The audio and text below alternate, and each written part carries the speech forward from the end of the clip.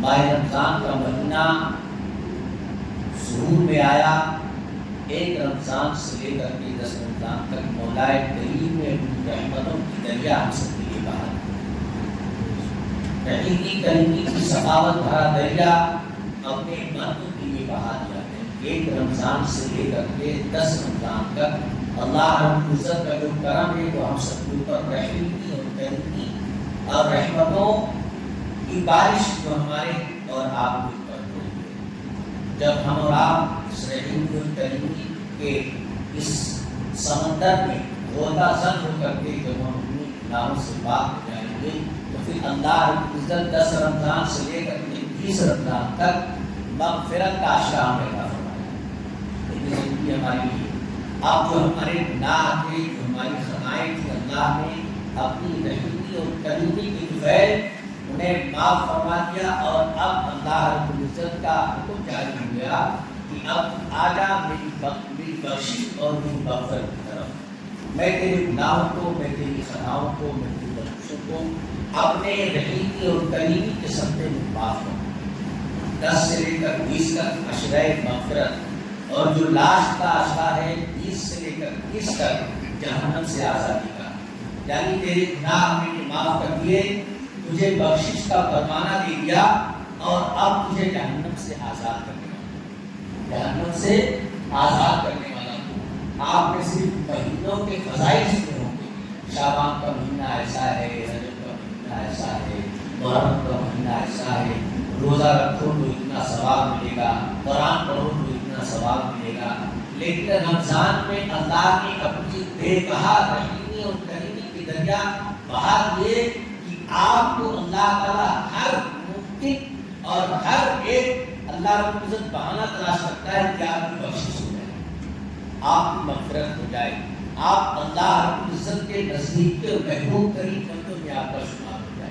لیکن ٹھیک ہے، رمضان کا مہینہ ہے، روزہ رکھیے، تلاوت کیجیے، قرآن پڑھیے،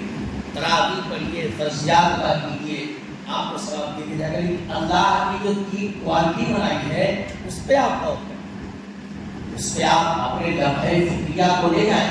اس کا محاسبہ کریں کہ اللہ نے جو 3 کیٹیگری دی ہے وہ تینوں کیٹیگری ایک سے بڑھ کر ایک ہیں، اور وہ ہمارے گناہوں سے معافی اور ہمارے گناہوں کا کفارہ اللہ تعالیٰ اپنے بندوں پہ کیسا فضل فرما رہا ہے، کیسا کرم فرما رہا ہے۔ ذات گرامی مقام اللہ رب العزت کا بے انتہا احسان و کرم ہے کہ اپنے بندوں کی گناہوں کو معاف کرنے کے لیے بہانہ ڈھونڈتا رہتا ہے۔ ہمیں اور آپ کو اتنا کرنا ہے جس طریقے سے اللہ نے قرآن میں نماز پڑھنے کا حکم جاری فرمایا ہے، جس طریقے سے احادیث مصطفیٰ میں اس کی روشنی مل رہی ہے ہم کو کہ ہم کو نماز کیسے پڑھنا ہے، اسی طریقے سے نماز پڑھنا ہے۔ اب صرف مسجد میں چلے آئے، جیسا کہ تیسا وضو بنائے، مسجد میں آ گئے، سر پہ ٹوپی نہیں، اور بہت سارے بھائی ہمارے لوگ اس طریقے سے اپنا بلوزر یا پینٹ جو ہے کیا بولتے ہیں اس کو پہنتے ہیں، اور پہننے کے بعد میں جب وہ رکوع میں جاتے ہیں تو پیچھے کا حصہ نظر آنے لگتا ہے، دوسرا آدمی بولتا ہے کیسا کیا پہن کر کے آئے، کس طریقے سے آپ بتاؤ۔ آپ اپنے ذہن کو حاضر رکھو، خدا کا خاصہ آپ کے ملک ہندوستان کا پی ایم، اس کا نام لینا نہیں چاہتا ہوں، اگر وہ آپ کے علاقے میں آ جائے اور اس کا حکم جاری ہو جائے کہ سارے 15 نمبر بشکار کے بشائن بہارا اور بلوری اور ریجنسی کرشمہ 22 نمبر اطراف کے لوگوں کو بلا کے میرے سامنے حاضر کیا جائے، تو آپ سوچیں گے کہ پی ایم نے ہمیں یاد کیا ہے، ہم کو پی ایم نے یاد کیا ہے، لہٰذا لاؤ جو سب سے زیادہ مہنگا کپڑا ہو وہی پہن کر دینا ہے، تاکہ پی ایم جب دیکھے گا تو کہے گا یہاں کے لوگ بہت اچھے مسئلہ کے لوگ، بہت اچھے اور بہت وی آئی پی لوگ ہیں اور بہت صاف ستھرے لوگ ہیں، آپ کے ذہن میں یہ ضرور خیال پیدا ہوگا، یہ تصور آپ کے ذہن میں رقص کرتا نظر آئے، اس لیے پی ایم صاحب آئے ہوئے ہیں، اور میں تو دعوے کے ساتھ کہتا ہوں جو دولت تمہارے پاس ہے وہ پی ایم کے پاس نہیں، جو دولت تمہارے پاس ہے وہ سی ایم کے پاس نہیں ہے، پوری دنیا کا جو گورنر ہے اس کے پاس وہ دولت نہیں ہے، اس لیے اس کے پاس جو دولت ہے، جو اتھارٹی ہے، اس کے پاس جو پاور ہے وہ فانی ہے، اسے فنا ہو جانا ہے، آپ کے پاس تو ایمان کی دولت اللہ نے اتنی بڑی دولت دی دی ہے کہ اگر آپ ایمان پہ قائم رہو گے تو دنیا میں بھی آپ کا نام ہوگا اور محشر میں بھی آپ کا نام ہوگا، اور آپ اچھے سچے پکے نیکوکار بندوں کا آپ کا نام لیا جائے گا۔ تو آپ جب اس کے قریب جائیں گے، اچھی سی خوشبو لگائیں گے، اچھا ٹی-شرٹ پہنیں گے، سر میں تیل لگائیں گے، ہو سکتا ہے جو لوگ سرما لگاتے ہیں سرما لگائیں گے، جو لوگ کاجل لگاتے ہیں وہ لوگ کاجل لگائیں گے، جو لوگ خوشبو پسند کرتے ہیں وہ لوگ خوشبو لگائیں گے۔ ایک پیم اس کا کوئی وقار نہیں اسلام کے نزدیک، اس کا کوئی معاملہ نہیں ایمان کے نزدیک، جو وہ تمہارے علاقے میں آ جائے، تمہارے اطراف میں آ جائے اور تمہیں بلائے اور تم اس کے سامنے بند سار کر جاؤ گے، اور جو اللہ رب العزت نے تمہیں سجدے کی توفیق کی ہے، تمہیں سجدے کی توفیق کی ہے، جیسے کہ تیسے چلے آتے، سر پہ ٹوپی نہیں اور گریبان کا بٹن کھلا ہوا ہے اور پائجامہ پینٹ اڑا ہوا ہے، سر پہ ٹوپی نہیں ہے، آدھا کپڑا پہنے ہوئے ہیں، آپ اللہ کی بارگاہ میں آئے، وہ اللہ رب العزت کی بارگاہ جب اللہ کی باتیں ہوتی، اللہ کے خوف جنت و دوزخ کی باتیں ہوتی، حضرت عمر فاروق اعظم اتنا روتے کہ زمین پوری بھیگ جائے گی۔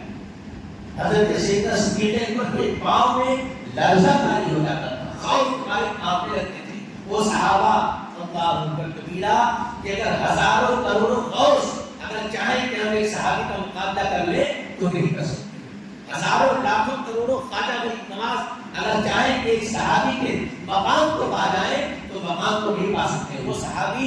جن کا ذکر اللہ نے قرآن میں فرمایا اور انہوں نے اسلام کو بنانے میں، سنوارنے میں اور جو ہے ترقی میں، حوصلے میں، بلندی میں، جد و جہد میں اپنا سارا مال، اپنا سارا متاع خرچ کر دیا اور اللہ نے ان کا نام صدیقین میں شمار کیا کہ قرآن دیکھ لو، پانچواں پارہ صدیقین، شہداء، صالحین سب کا ذکر فرمایا ہے۔ جب ان کے سامنے اللہ کا ذکر ہو، جب وہ اللہ کی بارگاہ میں جائے تو کانپنے لگے، تھرتھرانے لگے، اور ہمارا حال یہ کہ ہم ننگے سر کر کے نماز پڑھتے ہیں۔ کون سی کتاب میں لکھا ہے کہ ننگے سر نماز پڑھنا چاہیے؟ آپ کی مجبوری ایسی مجبوری ہے جہاں آپ کے پاس پیسہ نہیں ہے اور آپ کے پاس کوئی معاملہ ایسا ہے کہ آپ جو ہے ٹوپی نہیں لگا سکتے، کوئی شرعی عذر ہے یا کوئی سرمے کے ساتھ معاملہ ہے تو ایک الگ بات ہے، لیکن بنا سرمے ٹوپی نماز پڑھنا یہ تو ہمارے اعتبار سے یا شریعت کے اعتبار سے نہیں لکھا نہیں ہے کہ شریعت۔ اور وہ بولتے ہیں کہ امام شافعی نے فرمایا، امام مالک نے فرمایا، سارے امام امام اعظم کی تقلید کرتے ہیں، سارے امام امام اعظم کی تقلید کرتے ہیں۔ وہ ان کا مسئلہ ہے، اس مسئلے میں ہم کو لڑنا نہیں چاہیے، اگر ہم بجھ گئے تو اپنے ایمان سے ہاتھ دھو بیٹھے۔ امام اعظم کا مقام وہ ہے، امام اعظم کے ماننے والے بہت ہی زیادہ ہیں، کثرت کے ساتھ پائے جاتے ہیں۔ اور جانتے ہو امام شافعی کا قول سنو، جو بھی امام شافعی کے ماننے والے ہمارے بھائی نماز پڑھنے آتے ہیں، اس بات کو اپنے دامن میں سمیٹ لیں، اپنے ذہن میں رکھ لیں، اپنے دل و دماغ میں اتار لیں۔ امام اعظم ابو حنیفہ کا کوئی مقام ہے، امام اعظم ابو حنیفہ علی رحمۃ الرحمٰن رضی اللہ تعالیٰ عنہ جب وصال فرما گئے، امام شافعی کا ایک بیان سنو، امام شافعی کا قول سنو۔ امام شافعی علی رحمہ فرماتے ہیں کہ جب مجھے کوئی مسئلہ درپیش ہوتا اور میرے سمجھ میں نہیں آتا، اس معاملے میں الجھ جاتا، میں بکھر جاتا، میں منتشر ہو جاتا، تو امام اعظم کے قبر پر پہنچ جاتا، امام اعظم کے قبر پر پہنچ جایا کرتا تھا اور مراقبہ کرتا تھا۔ امام اعظم میرے مراقبے میں، میرے خواب میں آ کر اس مسئلے کا حل کر دیا کرتا۔ یہ امام شافعی کا وہ لوگ ہوتے ہیں، ہم امام شافعی کے ماننے والے، ہم رفاعی کرنے والے، ٹھیک ہے کیجیے، لیکن آپ کم سے کم اللہ کی بارگاہ کا ادب و احترام محسوس کیجیے۔ آپ کو اللہ نے سجدے کی توفیق دی، جو لوگ نماز نہیں پڑھتے ہیں وہ یہ بس سمجھیں کہ ہم کھائے جا رہے ہیں، یہ جا رہے ہیں، یہ جا رہے ہیں، ہمارے ساتھ کچھ نہیں ہو رہا ہے۔ یہ تو اللہ کا کرم ہے، اللہ کا احسان ہے۔ اللہ نے جو فرشتے تمہارے کندھے پر مقرر فرمایا ہے، ان کو حکم دے دیا ہے کہ ٹھیک ہے میرا بندہ ہے، اس کو نفس دیا ہے، یہ گناہوں میں ملوث رہتا ہے، لیکن کبھی نہ کبھی اسے ہوش آئے گا، کبھی نہ کبھی اپنے کیے پر پچھتاوا اس کو ہوگا، شرمندگی اس کو ہوگی، یہ پلٹے گا اپنے گناہ، جو گناہ کا دفتر لے کر کے تمہارے کندھے پر سوار ہے فرشتے، انہیں اللہ نے اتنا حکم دیا ہے کہ ہمارا بندہ جو گناہ کرے،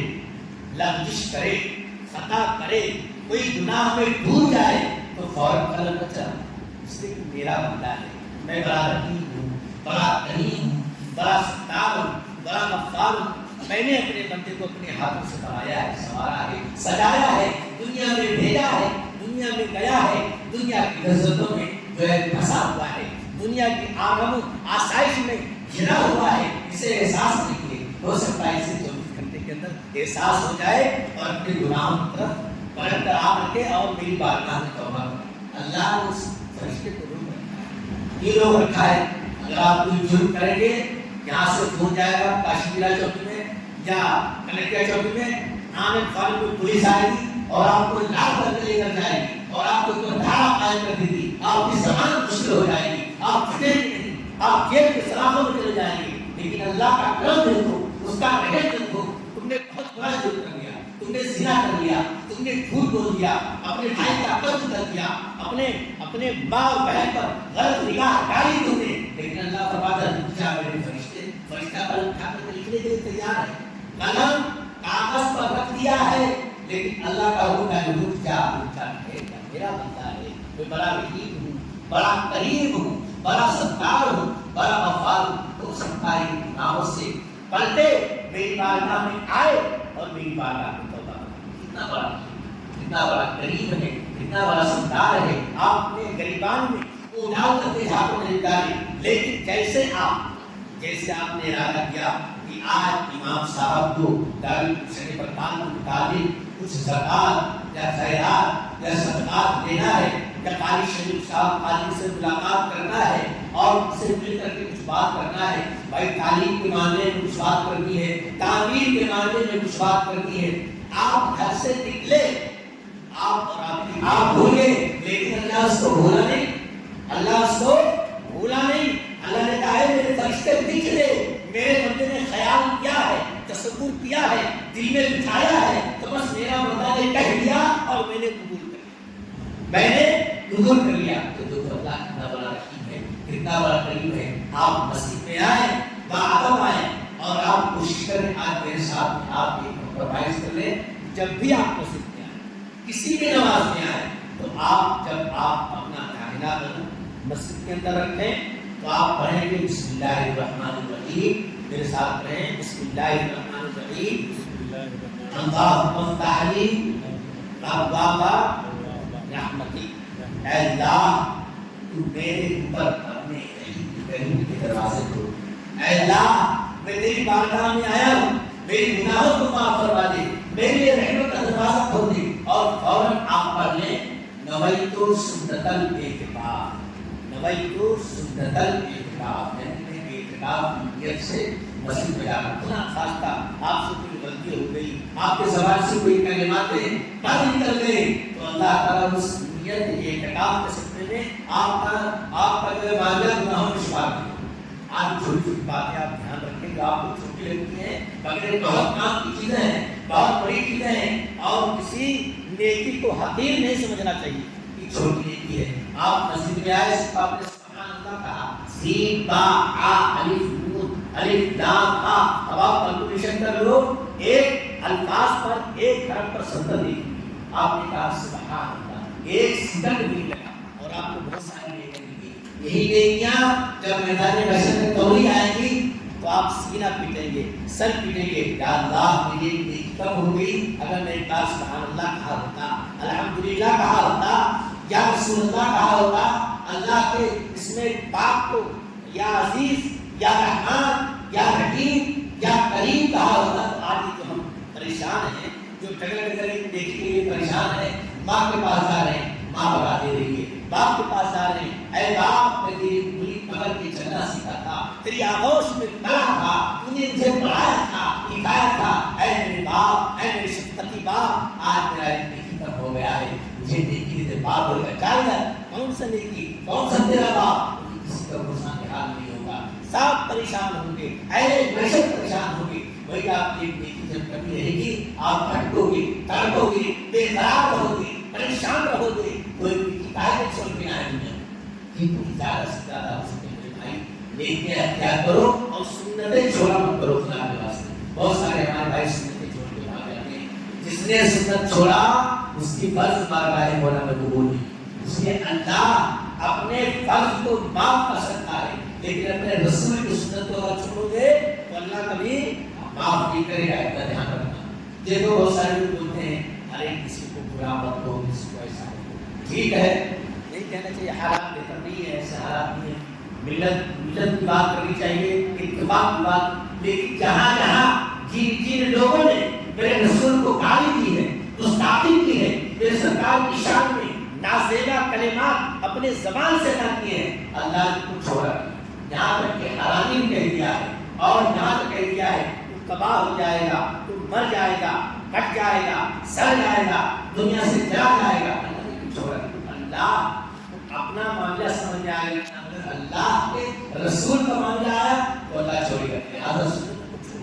سنتیں ادا کرتی جایا کرو. سنتیں نہیں پڑھتے ہو, صرف فرض پڑھ کے بھاگتے ہو اور بھاگا مت کرو. اس کے مسجد سب سے اچھی جگہ ہے. مسجد میں آپ جتنا دیر رہیں گے آپ کے نام اعمال میں ثواب لکھا جائے. پوری کائنات میں سب سے عظیم شان, سب سے اعلیٰ, سب سے بہتر, سب سے اچھا, سب سے بیوٹیفل نیکیوں کا اور پربہار موسم خزاں کی جگہ مسجد. مسجد میں آنے سے اتنی بات. ہاں بہت سارے کام کرو, آرام سے جاؤ, نماز اچھی سے ادا کرو, سنتیں مت چھوڑا کرو. اس نے ایک سنت رسول کو زندہ کیا تو 100 شہیدوں کا ثواب پائے. کتنے شہیدوں کا؟ 100 شہیدوں کا. 100 شہیدوں کا بنا لڑے جھگڑے کاٹے پیٹے مارے ثواب مل رہا ہے. سب کو دھیان دو. اگر میری جان کی دکان پہ اگر میری 120 میں 3 مہینے کا ٹیکا ہو رہا ہوگا, جھگڑا کرنے کے بعد کرنے کے پہلے میرا نمبر ہم کروائیں گے ریچارج, ہم ریچارج ڈالیں گے. ایک سنت ادا کر رہے ہیں آپ, سنت رسول ادا کر رہے ہیں, آپ کو 100 شہیدوں کا ثواب ملا. لہٰذا نماز میں مایوس نہیں, نماز پوری پڑھو, نماز خوشی خنوع سے پڑھو, نماز تنظیم کے ساتھ پڑھو تاکہ نماز کی برکتیں آپ کی نماز کی برکتیں ملتی ہے. یہی وجہ ہے نماز میں کمی ہے, نماز میں چوری ہے, نماز میں جلدی ہے, نماز میں مکاری ہے, نماز میں ریاکاری ہے. یہی وجہ ہے کہ آپ نماز کو برکت نہیں. نماز صحیح پڑھو, اللہ تعالیٰ آپ تماموں کو صحیح معنوں میں سنت رسول کے مطابق نماز ادا کرنے کی توفیق عطا فرما. پروردگار عالم مالک مولا ماہ رمضان کی برکتیں عطا فرما. میں تلاوت قرآن کی توفیق عطا فرما, اپنے ماں باپ کی خدمت کی توفیق عطا فرما. مدرسوں میں زکات و خیرات, صدقات, پڑوسیوں کا حق, غریبوں پر رحم کرنے والا بنا. یا رب العالمین ہم سب کے اعمال کو بارگاہ میں قبول فرما. مولا ایمانہ ہم گناہگار ہیں, ایمانہ ہم سیاہکار ہیں, اور تیری رحمت کے طلبگار ہیں. مولا اپنی رحیم کی قریبی کے صدقے میں